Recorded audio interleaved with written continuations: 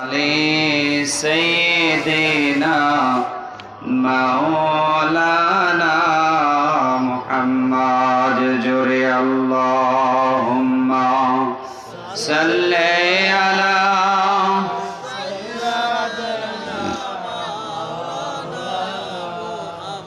وعلى آل سيدنا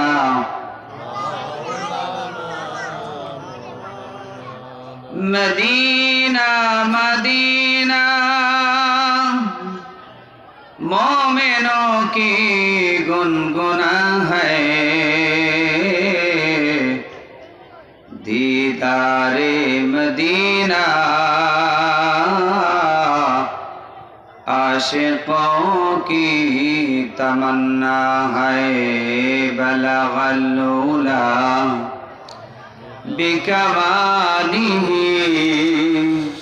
कशफ दुजा बिजमालिह हसनत जमीउ खिसालिह सल्लु अलैहि व आलिहि नहीं दो जहां में मिसाले मोहम्मद जमाले खुदाए कमाले मोहम्मद बलगल उला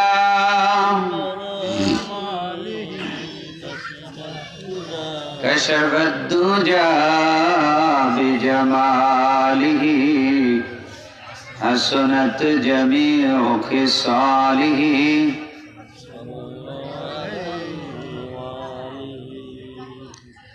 एक दिन तुम्हारी नाम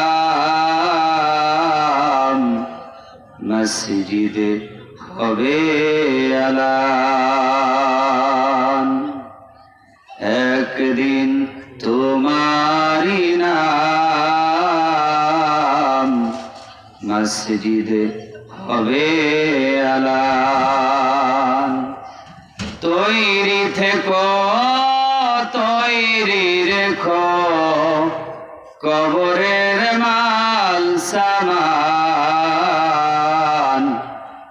একদিন তোমারি নাম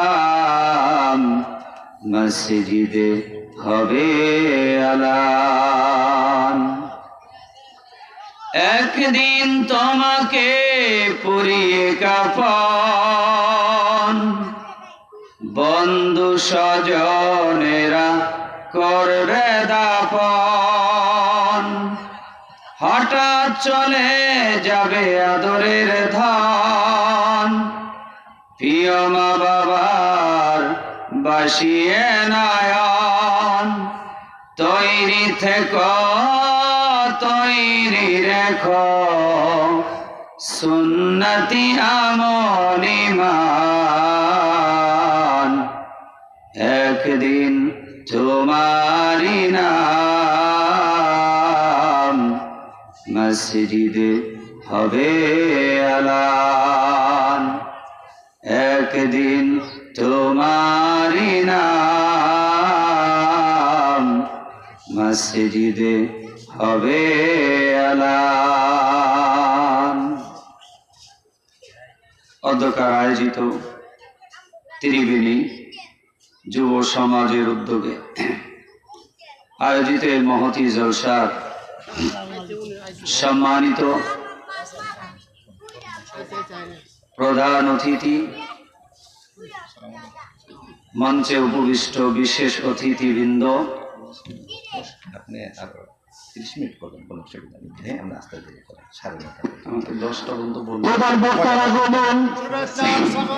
প্রধান বক্তার আগমন আজকের মাহফিল সফল হোক সফল হোক।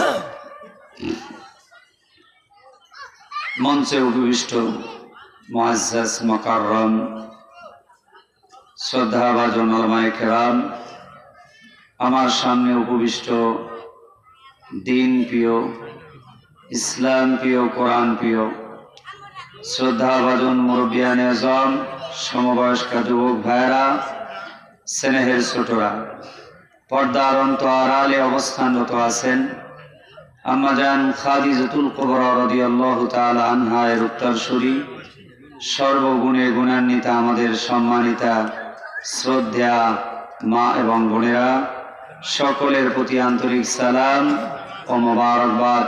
আসসালামু আলাইকুম ওয়া রাহমাতুল্লাহি ওয়া বারাকাতুহু। আপনারা সবাই কেমন আছেন? এই মাহফিলে আসতে পেরে খুশি না বেজার? কম না বেশি? বেশি। বলে হুজুর খুশি তো বেশি, কিন্তু ঠান্ডাও তো বেশি, কথা ঠিক কিনা? ঠান্ডা কম কম থাকতে পারবেন? শেষ পর্যন্ত থাকবেন ইনশাআল্লাহ? থাকবেন তো? ঠান্ডা যদি কম হয়, যারা বাহিরে দাঁড়ায় আছেন তাদেরকে আহ্বান জানাই, মেহেরবানি করে আপনারা এখানে সেখানে দাঁড়িয়ে না থেকে আপনারা ওই খিচুড়ির ডেক যেখানে ওইখানে দেখা যায় ঘোরাঘুরি করতেছেন, ব্যাপার থাকি। খিচুড়ি খাইতে আসছেন না মাহফিল শুনতে আসছেন? যারা খিচুড়ির ড্যাগের আশেপাশে দাঁড়ায় আছেন, আমি মনে করব আপনারা খিচুড়ি খাইতে আসছেন, মাহফিল শুনতে আসেন না। মেহেরবানি করে আপনারা মাহফিলে আসেন। মাহফিল শেষ করে খিচুড়ি তো শেষ পর্যায়ে আছেই, কথা বলেন ঠিক কিনা? আছে না নাই? খিচুড়ি পাওয়া যাবে ইনশাআল্লাহ। তবে ওলামায়ে কেরামদেরকে দাওয়াত দিয়েছেন, তাদের জবান থেকে দামি দামি কথাগুলো শুনতে হবে, ঠিক কিনা ভাই? আমরা শেষ পর্যন্ত ধৈর্য সহকারে বসে থাকবো ইনশাআল্লাহ। পারবো তো? এখানে বসলে লাভ না ক্ষতি? জোরে বলেন, লাভ না ক্ষতি? কম না বেশি? কেমন বেশি শুনবেন হাদিস থেকে। পড়েন আমার সাথে, হামদান কাসীরান তাইয়িবান মুবারাকান ফি। ছোট্ট একটা কালিমা, ছোট্ট একটি কালিমা পড়লাম, ঠিক কিনা? এর দাম কত, এর সম্মান কত, এর মর্যাদা কি? হাদিস থেকে আমরা শুনি। প্যারা নবী মুহাম্মদুর রাসূলুল্লাহ সাল্লাল্লাহু আলাইহি ওয়াসাল্লাম একদা মসজিদে ইমামতি করতেছেন। রাসূল করিম সাল্লাল্লাহু আলাইহি ওয়াসাল্লাম জামাতের সাথে সালাত আদায় করতেছেন। নবীজি সাল্লাল্লাহু আলাইহি ওয়াসাল্লাম রুকু থেকে উঠলেন, সামি আল্লাহু লিমান হামিদা বলেন। আল্লাহর নবীজি লক্ষ্য করলেন পিছনে কে যেন বলতেছে, হামদান কাসীরান তাইয়িবান মুবারাকান ফি। সুবহানাল্লাহ বলেন। আল্লাহ রাসূল নামাজ সমাপ্ত করলেন, সাহাবীদের দিকে মুখ করে বসলেন।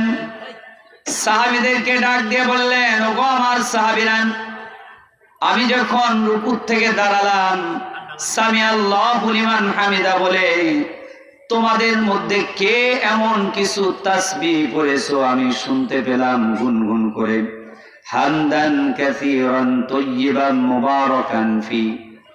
এই কালিমাগুলো, এই বাক্যগুলো কে তোমাদের মধ্যে তেলাওয়াত করেছে, কে পাঠ করেছেন? সাহাবীরা ভয় পেয়ে গেলেন, মনে করলেন নিশ্চয় হয়তো আমি কোনো অপরাধ করে ফেলেছি, অন্যায় কাজ করে ফেলেছি। কোন সাহাবীরা উত্তর দেয় না, জবাব দেয় না।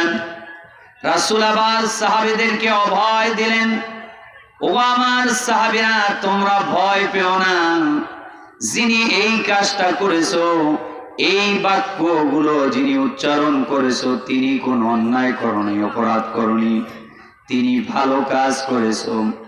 এবার বলো তোমরা কে বলেছো?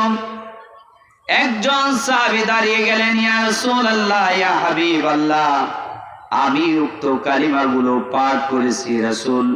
আমার মনে চায় আমি যেন নামাজে বেশি বেশি আল্লাহর তাসবিহ পাঠ করি। সুবহানাল্লাহ।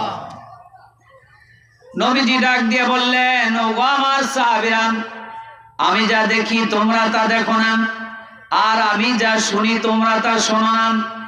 আমি দেখলাম তুমি যেই কালিমাগুলো তেলাওয়াত করেছো, পাঠ করেছো, আমি দেখতে পেয়েছি 30 জনের অধিক ফেরেশতা তোমার এই বাক্যগুলো বলার দ্বারা যেই সওয়াব হয়েছে সেই সবগুলো নিয়ে টানাটানি শুরু করে দিয়েছে, কে কার আগে আল্লাহর দরবারে পৌঁছায়া দিবে। সুবহানাল্লাহ বলেন, জোরে বলেন না সুবহানাল্লাহ। সুবহানাল্লাহর আওয়াজ শুনে মনে হয় আপনারা পোতায় গেছেন গা, নিজ দিয়ে ঠান্ডা ওঠে তো, ঠান্ডা ঠিক কিনা? জোরে বলেন না সুবহানাল্লাহ। আওয়াজ যদি না দেন ওয়াজ গরম হইতো না, আওয়াজ যদি দেন ওয়াজ গরম হইব। কথা বলেন ঠিক কিনা? এখানে যে অনেক মানুষ আছে, বাইরের মানুষকে বোঝাতে হবে, ঠিক কিনা? কিছুক্ষণ পরে প্যান্ডেল ভরে যাবে। আমাদের শ্রদ্ধাভাজন প্রধান অতিথি আমাদের মাঝে চলে এসেছেন, উনি স্টেজে আছেন। আমি কিছুক্ষণ আলোচনার পরেই ওনার জবান থেকে কিছুক্ষণ আলোচনা শুনবেন ইনশাআল্লাহ। প্রিয় ভাইরাম, তাহলে হামদান কাসীরান তাইয়িবান মুবারাকান ফি, ছোট্ট একটি কালিমা, সব কিন্তু বিশাল। কথা বলেন ঠিক কিনা? এরপরে আরো একটি কালিমা আমরা শুনি।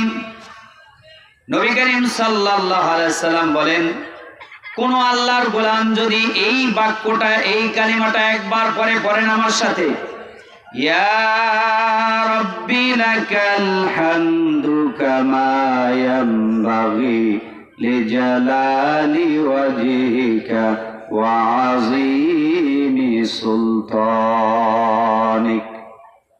ছোট্ট একটি বাক্য, ছোট্ট একটি কালিমা।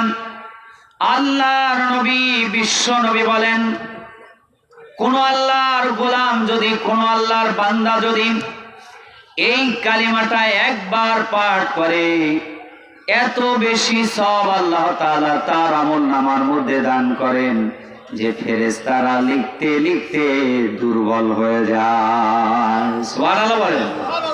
কি হয়ে যায়? কি হয়ে যায়? জোরে বলেন না। ফেরেশতারা কি হয়ে যায়? দুর্বল হয়ে যায়। ফেরেশতারা কি আপনার আমার মতো দুর্বল নাকি?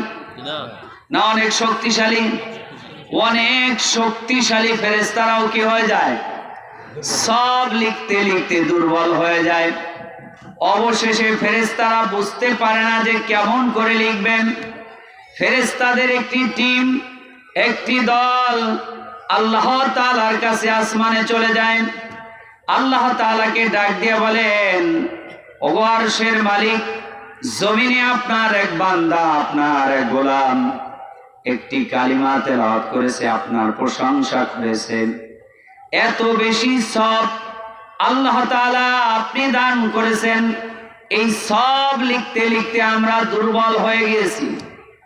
ফেরেশতাদেরকে আল্লাহ তাআলা জিজ্ঞেস করেন, ওগো আমার ফেরেশতারা, আমার বান্দা কি এমন কালিমা পাঠ করলো? যদিও আল্লাহ তাআলা জানেন, তারপরেও ফেরেশতাদের জবান থেকে শুনতে চান। আল্লাহ তাআলা ফেরেশতাদেরকে ডাক দিয়ে বলেন, ওগো আমার ফেরেশতারা, আমার বান্দা, আমার গোলাম কি এমন কালিমা পাঠ করেছে যার সব লিখতে লিখতে তোমরা দুর্বল হয়ে পড়েছো, আমাকে শোনাও। এইবার ফেরেশতারা আল্লাহ তাআলাকে শোনায় দেয়, ইয়া রাব্বি লাকাল হামদু কামা ইয়ানবাগি লিজালালি ওয়াজহিকা ওয়া আযীমি সুলতানিক। পড়েন আমার সাথে, ইয়া রাব্বি লাকাল হামদু কামা ইয়ানবাগি লিজালালি ওয়াজহিকা ওয়া আযীমি সুলতানিক। আল্লাহ তাআলা বলেন, ওগো আমার ফেরেশতারা, আমার বান্দা এই বাক্যটা পড়ে আমার প্রশংসা করল, আমার শুকরিয়া আদায় করল। ফেরেশতারা রে, তোমাদের সব লেখার প্রয়োজন নাই, সব লেখার প্রয়োজন নাই। আমার বান্দা যেই কালিমাটা আমার খুশির জন্য, আমাকে খুশি করার জন্য, আমার প্রশংসা করার জন্য আমার বান্দা যেই কালিমাটা তেলাওয়াত করেছে, হুবহু তার আমলনামায় ওই কালিমাটাই লিখে দাও। In the day of judgement, কিয়ামতের ওই কঠিন ময়দানে আমি আল্লাহ তাআলা নিজ হাতে বান্দার হাতে এর পুরস্কার এর যাজা আমি আল্লাহ দিয়া দিব। সুবহানাল্লাহ বলেন। সুবহানাল্লাহর আওয়াজ দেয় আপনাদের, মনে হয় যে আপনারা ঠান্ডায় শীতল হয়ে যাচ্ছেন। আওয়াজ দিতে হবে। কি দিতে হবে? ওয়াজ তো শুরুই হয় না, এখনই যদি এই অবস্থা হয় আপনারা শেষ পর্যন্ত যাইতে পারবেন না। আমার মনে হয় খিচুড়ি পর্যন্ত যাইতে পারতেন না। খিচুড়ি পর্যন্ত যাইতে পারবেন না? তার আগেই বাড়ি যাবেন? যদি খিচুড়ি পর্যন্ত যাইতে হয় তাহলে আওয়াজ দিতে হবে। প্রিয় ভাইয়েরা, আমি কোরআনে কারীম থেকে সূরা কফের 19 নম্বর আয়াত তেলাওয়াত করেছি। কয় নাম্বার? এই আয়াতের আলোকে আমরা কথা বলবো আজকে মৃত্যু নিয়ে। কি নিয়ে? কি নিয়ে? মৃত্যুর কথা শুনে আবার যাইবেন নাকি অনেকে, বলে হুজুর সব কিছু ডরাই কিন্তু মৃত্যুরে ডরাই না। আছেন না নাই? সব ডরায়। রাত 12টার সময় যদি মনে করেন হাজী সাহেবের মোড় থেকে বাড়িতে আসেন, পাশে যদি একটা কুত্তা খেউ করে ওঠে, তাহলে মনে করেন এমন কলিজা কাঁপুনি শুরু হইবে, বাড়ি যায় স্ত্রীর কয় একটা কম্বল দাও, শরীরে জ্বর আইছে। কথা বলেন ঠিক কিনা?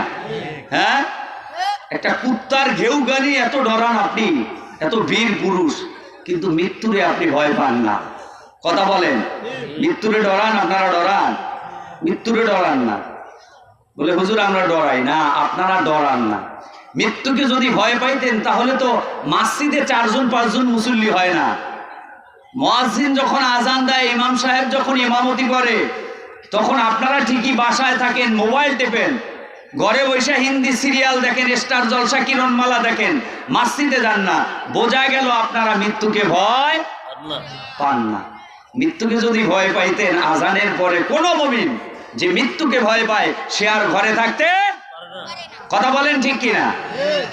কিন্তু আমরা কুত্তা শিয়াল এগুলারে ভয় পাই, মৃত্যুকে ভয় পাই না। কথা বলেন ঠিক কিনা? প্রিয় ভাইরা, মৃত্যু অনেক কঠিন জিনিস, কঠিন জিনিস। কথা বলেন ঠিক কিনা? মৃত্যু আমাদের কাছে আসবে কি আসবে না? আমাদেরকে মরতে হবে কিনা? মরতে হবে কিনা? আমাদেরকে মরতে হবে। কে কে মরবেন না হাত তোলেন দেখি। ওই একজনে হাত তুলছে, দেন ওই চাচায়। চাচায় মরতেন না? ও আচ্ছা, খেয়াল নাই, খেয়াল নাই। ঠিক কিনা? আসলে মরবো আমরা সবাই, কি মরবো, মরতে হবে। ঠিক কিনা? অমরত্ব কেউ লাভ করতে পারবো না। এখানে কেউ অমরত্ব লাভ করতে চান? পারবেন? আদম আলাইহিস সালাম বেঁচে আছেন? নূহ আলাইহিস সালাম বেঁচে আছেন? কোন পয়গম্বর আছেন?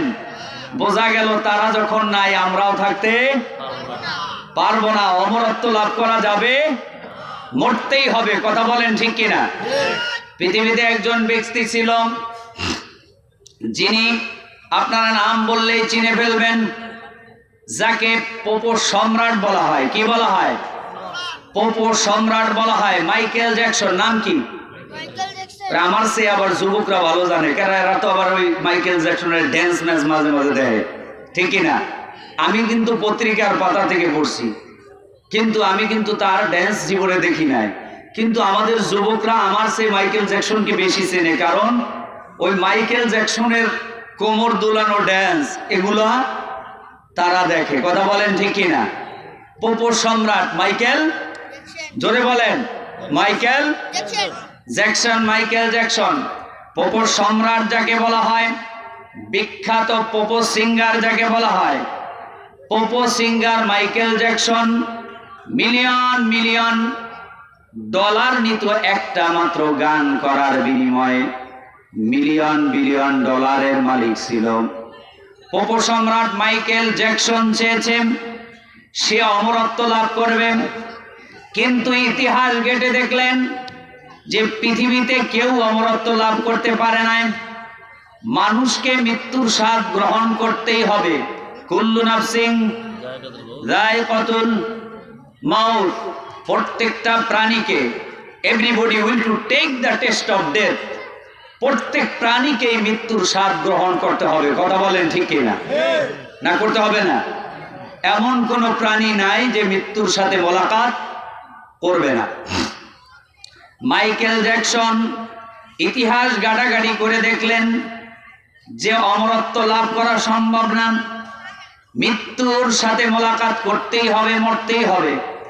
তাহলে মাইকেল জ্যাকসন এইবার অমরত্ব লাভের চিন্তা বাদ দিলেন। তিনি এইবার চিন্তা করলেন তাহলে ন্যূনতম 150 বছর বেঁচে থাকা যায় কিনা দেখি। কয় বছর? 150 বছর বেঁচে থাকা যায় কিনা দেখি।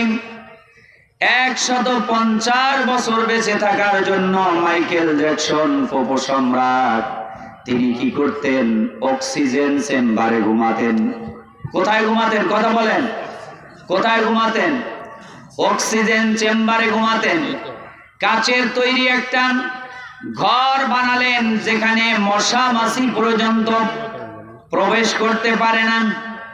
অক্সিজেন চেম্বার যেখানে ঘুমালেন শরীর স্বাস্থ্য মন মানসিকতা ভালো থাকে, এমন একটি কাচের তৈরি ঘর বানালেন, একটা প্রাসাদ বানালেন, একটা সুদৃঢ় দুর্গ বানালেন, যার মধ্যে তিনি ঘুমাতেন। ডজন ডজন ডাক্তার সাথে রাখতেন। কোন সময় কোন সমস্যা হওয়ার সাথে সাথেই মাইকেল জ্যাকসন ডাক্তারদের দ্বারা তার মাথা থেকে পা পর্যন্ত চিকিৎসা করাতেন। এমনকি তিনি যেই খাবারগুলো গ্রহণ করতেন প্রত্যেকটা খাবারকে ল্যাবে টেস্ট করে খাবারগুলো গ্রহণ করতেন। কারণ হলো এই যে খাবারের সাথে না জানি কোনো জীবাণু প্রবেশ করে তার মৃত্যু ঘটিয়ে দেয়। এই জন্য খাবারগুলো ল্যাবে টেস্ট করে করে খাবারগুলো গ্রহণ করতেন। উদ্দেশ্য হলো কয় বছর বেঁচে থাকবেন? জোরে বলেন, 150 কয় বছর? 150 বছর বেঁচে থাকবেন। এই জন্য এত কিছু কৌশল অবলম্বন করেছে। আল্লাহ পাক রব্বুল আলামিন ফেরেশতাদেরকে ডাক দিয়ে বলেন, ওগো আমার ফেরেশতা মালাকুল মউত, আমার এই পাগলা গোলাম, এই বান্দা, আমি তাকে 100 বছর হায়াত দেই নাই, 150 বছর আমি তাকে হায়াত দেই নাই। আমার নির্ধারিত হায়াত আমি যেটা দিয়েছি তার চেয়ে সে বেশি বাঁচতে চায়। ওগো আমার ফেরেশতা, যাও যাও তার জান কান্দানি করে নিয়ে আসো। মাত্র 50 বছর বয়সে, কয় বছর? কয় বছর? 50 বছর বয়সে আল্লাহ তাআলা মালাকুল মউতকে পাঠায় দিলেন। ওগো মালাকুল মউত, যাও আমার এই অবাধ্য গোলামকে জান কান্দানি করে আমার কাছে নিয়ে আসো। তাকে 150 বছর তো দূরের কথা, 150 থেকে 100 বছর মাইনাস করে আল্লাহ তাকে 50 বছরে তার কাছে নিয়ে নিল। কথা বলেন ঠিক কিনা? কয় বছরে? কয় বছরে বাঁচতে চাইছে? কয় বছর? 150 বছর বাঁচতে চাইছে। কয় বছর? 150 বছর বাঁচতে চাইছে। আল্লাহর সাথে পাল্লা দেয়। কি দেয়? এত কিছু করার পরেও 150 বছর বাঁচতে পারছে? পারছে? পারছে? সম্ভব না। কথা বলেন ঠিক কিনা? উনি 150 বছর বাঁচার জন্য কি করছে? কাচের তৈরি ঘর বানাইছে, অক্সিজেন চেম্বার বানাইছে, যেখানে মশা মাছি ঢুকতে না পারে, মৃত্যু প্রবেশ করতে না পারে। আল্লাহ পাক রব্বুল আলামিন পবিত্র কোরআনের সূরা নিসার 78 নম্বর আয়াতের মধ্যে বলেন, আইনামা তাকুনু ইউদরিকুমুল মাউতু ওয়ালাউ কুনতুম ফি বুরুজিম মুশাইয়াদা। মরণ থেকে যতই পালাও মরণ তোমায় লইবে গিরি। যদিও বন্ধু পালাও তুমি আকাশ পানে লাগিয়ে সিঁড়ি। আল্লাহ পাক রব্বুল আলামিন বলেন, মৃত্যুর হাত থেকে বাঁচার জন্য যদি তোমরা সুদৃঢ় দুর্গের ভিতরেও অবস্থান করো, সেখানেও মৃত্যু যাবে এবং তোমার সাথে মোলাকাত করেই ছাড়বে। কথা বলেন ঠিক কিনা? কথা বলেন ঠিক কিনা? মৃত্যু আমাদেরকে বরণ করতেই হবে। The most certain matter in our life is death. আমাদের জীবনের সবচেয়ে সুনিশ্চিত বিষয় হলো মৃত্যু। মৃত্যু যে বরণ করতে হবে এ তো কোনো সন্দেহ আছে? আছে। The most uncertain matter in our life is the place of the time of our death. আমাদের জীবনের সবচেয়ে অনিশ্চিত বিষয় হলো আমরা কোন জায়গায় মারা যাব এবং কোন সময় মারা যাব, এটা আমরা কেউ জানি না। জানেন? কবে মারা যাবেন কেউ জানেন? কোন জায়গায় মারা যাবেন কেউ জানেন না। কিন্তু মৃত্যু বরণ করতে হবে এটা আমরা সবাই জানি কিনা? এটা আমরা সবাই জানি। মৃত্যু আমাদেরকে বরণ করতেই হবে, মৃত্যুর সাথে আমাদের মোলাকাত করতেই হবে, মৃত্যুর সাথে আমাদেরকে মোলাকাত করতেই হবে। আজ না হয় কাল, কথা বলেন ঠিক কিনা? আমাদেরকে মরতেই হবে। এজন্য মরার জন্য আমাদেরকে প্রস্তুত থাকতে হবে, কথা বলেন ঠিক কিনা? প্রস্তুত থাকতে হবে কিনা? মৃত্যুর জন্য আমাদেরকে মুমিনদেরকে প্রস্তুত থাকতে হবে। প্রস্তুত থাকবো কি নিয়া? নেক আমল নিয়ে। কি নিয়া?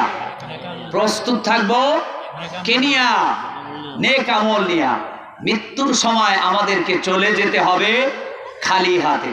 পৃথিবীতে অট্টালিকা বানাইছেন, বাড়ি বানাইছেন, গাড়ি বানাইছেন, কোটি কোটি টাকার মালিক আপনি, কিন্তু এগুলো কি আপনার সাথে যাবে? যেতে হবে একদম খালি হাতে। কিছুই নিতে পারবেন? পড়েন আমার সাথে, যেতে হবে খালি হাতে, যেতে হবে খালি হাতে, সঙ্গে কিছুই যাইবে না, 3.5 হাত জায়গা পাবি না রে বিছানা। যেতে হবে খালি হাতে, সঙ্গে কিছুই যাইবে না, 3.5 হাত জায়গা পাবি না রে বিছানা। আজকে তুমি যাদের লাগে শুধুই পাগল পারা, যেতে হবে একা একা, কেউ যাবে না তারা, ছাড়তে হবে মায়ার বন্ধন, সাদের এই বালাখানা, 3.5 হাত জায়গা পাবি না রে বিছানা। কথা বলেন ঠিক কিনা? এই বালাখানা যাবে, এই বালাখানা ছেড়ে যেতে হবে না।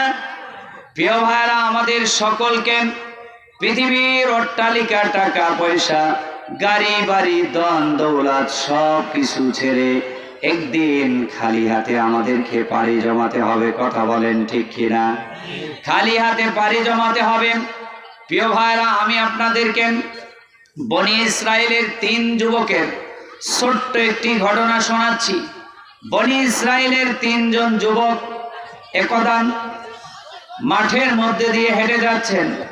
পথিমধ্যে তাহারা লক্ষ্য করলেন যে 4টা স্বর্ণ মুদ্রা রাস্তার মধ্যে পড়ে আছে। যুবক কয়জন? 3 জন যুবক রাস্তার মধ্যে পড়ে থাকতে দেখলো 4টা স্বর্ণ মুদ্রা। কয়টা? 4টা স্বর্ণ মুদ্রা পড়ে থাকতে দেখলো। এইবার 3 জন যুবক আনন্দে আত্মহারা হয়ে গেলেন, আনন্দে দিশহারা হয়ে গেলেন। তাহারা মনে মনে ভাবলেন, এই 4টা স্বর্ণ মুদ্রের মালিক যদি আমি একা হয়ে যাইতাম। আবার তাহারা যখন প্রথমে পেয়ে গেলেন, মনে মনে তাহারা ভাবলেন যে আমরা এই 4টা স্বর্ণ মুদ্রা আমরা 3 জনে ভাগ করে নেব। কিন্তু স্বর্ণ মুদ্রার লোভ সামলাতে তাহারা পারল না। এক একজনের মনের ভিতরে এক একটা কল্পনা জল্পনা শুরু হয়ে গেল। একজন মনে মনে ভাবতেছে, এই 4টা স্বর্ণ মুদ্রার মালিক যদি আমি একা হইতাম। আর একজন ভাবতেছে, এই 4টার মালিক যদি আমি একা হইতাম। এভাবে 3 জন যুবক সবাই 4টা স্বর্ণ মুদ্রার মালিক হতে চায়। এরপরে 3 জন মিলে পরামর্শ করলো যে একজনকে বাজারে খাবার আনার জন্য, রুটি আনার জন্য পাঠালেন। যাও, আমাদের ক্ষুধা পেয়েছে, যাও তুমি বাজার থেকে খাবার নিয়ে আসো। একজন খাবার আনতে গেলেন। বাকি 2 জন যুবক পরামর্শ করলো যে ও যখন বাজার থেকে আমাদের জন্য রুটি নিয়ে আসবে, তখন আমরা 2 জন মিলে তাকে হত্যা করে ফেলবো। যদি আমরা তাকে হত্যা করে ফেলি, তাহলে 4টা স্বর্ণ মুদ্রা আমরা এক একজনে 2টা করে ভাগে পাবো। কয়টা করে? 2টা করে আমরা এক একজনে ভাগে পাবো। তাহারা এটা পরিকল্পনা করলো। আর যেই ব্যক্তিকে বাজারে পাঠালো, সেই ব্যক্তি বাজারে যাইতেছে আর মনে মনে চিন্তা করে যে এই 4টা স্বর্ণ মুদ্রার মালিক কিভাবে আমি একা হতে পারি। এই 4টা স্বর্ণ মুদ্রার মালিক যদি আমি হতে চাই, তাহলে আমি যেই রুটি ওদের জন্য নিব, এই রুটির মধ্যে আমি যদি বিষ মিশিয়ে নিয়ে যাই, ওরা এই রুটিগুলো খেয়ে ওরা মারা যাবে, আর আমি এই 4টা স্বর্ণ মুদ্রার মালিক হয়ে যাব। এভাবে যেভাবে চিন্তা করলো সেভাবে কাজ। বাজার থেকে রুটি কিনে তার সাথে কি মিলালো? বিষ মিশ্রিত করলো। এইবার সে তার অপর 2 বন্ধুর কাছে চলে আসলো। এদিকে 2 জন বন্ধু ওত পেতে থাকলো, বাজার থেকে আসার সাথে সাথেই তাকে দুনিয়া থেকে সরায় দিবেন। যেমনই ভাবে পরিকল্পনা করছে তেমনি কাজ। আসার সাথে সাথে 2 জন বন্ধু মিলে ওই বাজার থেকে যেই ব্যক্তি রুটি আনতে গিয়েছিল সেই ব্যক্তিকে হত্যা করে ফেলল। একজন মানুষকে মেরে ফেললো, বন্ধুকে পথের কাঁটা সরায় দিল। এইবার একজন মানুষকে মারার জন্য অনেক শ্রম ব্যয় হয়েছে, ক্ষুধা পেয়েছেন। 2 বন্ধু বলল, আসো এবার আমরা পেট ভরে আগে রুটি খাই, তারপরে আমরা স্বর্ণ মুদ্রা 2টা করে ভাগ করে নেব। তাহারা প্রচন্ড ক্ষুধা। এইবার বাজার থেকে বিষ মিশানো এই রুটিগুলো তাহারা খাওয়া শুরু করলো। যেহেতু প্রচন্ড ক্ষুধা, খাবারের সাথে বিষ আছে কিনা এটা তাহারা টেরও পায় নাই, খেয়ে ফেললো। খাবার গ্রহণ করা হয়ে গেল। এইবার খাবার যখন গ্রহণ করা হয়ে গেল, বিষ তো তার আপন ক্রিয়া শুরু করে দিয়েছে। কিছুক্ষণের মধ্যেই ওই যে 2 জন বন্ধু তাহারাও মৃত্যুর কোলের মধ্যে লুটাইয়া পড়ল। আল্লাহু আকবার বলেন। কি করলো?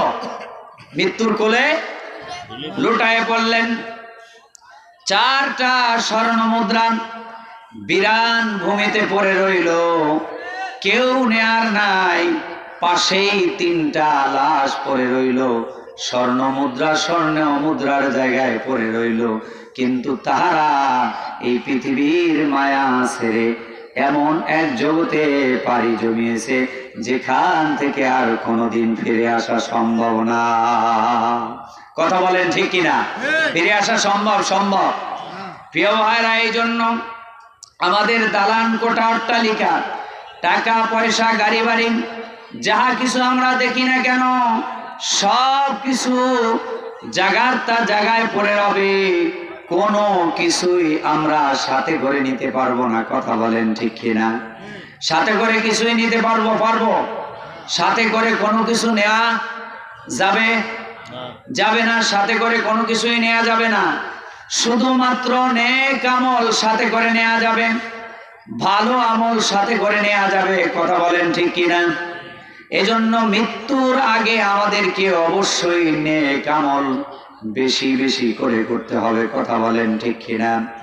আল্লাহ পাক রব্বুল আলামিন পবিত্র কোরআনের সূরা মুমিনুনের মধ্যে বলেন, হাত্তা ইযা জাআ আহাদাহুমুল মাউতু ক্বালা ارجعون لعلي أعمل صالحا فيما تركت كلا إنها كلمة هو قائلها ومن ورائهم برزخ إلى يوم يبعثون যখন কোন বান্দার কাছে মৃত্যু চলে আসে, মৃত্যু যখন কোন বান্দার কাছে, কোন বেঈমান বান্দার কাছে, কোন বদ আমলকারী বান্দার কাছে যখন মৃত্যু চলে আসবে, মৃত্যুর যন্ত্রণার তীব্রতা দেখে সে আল্লাহ তাআলাকে ডাক দিয়ে বলবেন, ওগো আল্লাহ তাআলা, আপনি আমাকে আবার দুনিয়াতে থাকার সুযোগ করে দেন। কি বলবে? হাত্তা ইযা জাআ আহাদাহুমুল মাউতু ক্বালা রাব্বি ইরজিউন। আল্লাহ তাআলাকে ডাক দিয়ে বলবেন, ওগো আল্লাহ তাআলা, আমাকে আবার দুনিয়াতে প্রেরণ করুন, আমাকে আবার দুনিয়াতে কিছুদিন থাকার জন্য সুযোগ করে দেন। লাআল্লি আমালু সালিহান ফীমা তারাকতু কাল্লা। আয় আল্লাহ তাআলা, আপনি যদি আবার দুনিয়াতে আবার কিছুদিন আমাকে থাকার সুযোগ করে দেন, তাহলে দুনিয়াতে থাকা অবস্থায় আমি যেই সকল ভালো কাজগুলো, যেই সকল নেক কাজগুলো আমি করতে পারি নাই, এইবার যদি আপনি দুনিয়াতে আবার পাঠায় দেন, তাহলে ওই সকল নেক কাজগুলো আমি করে আসব। কি করে আসব? কি করে আসব? আচ্ছা, নারায়ণ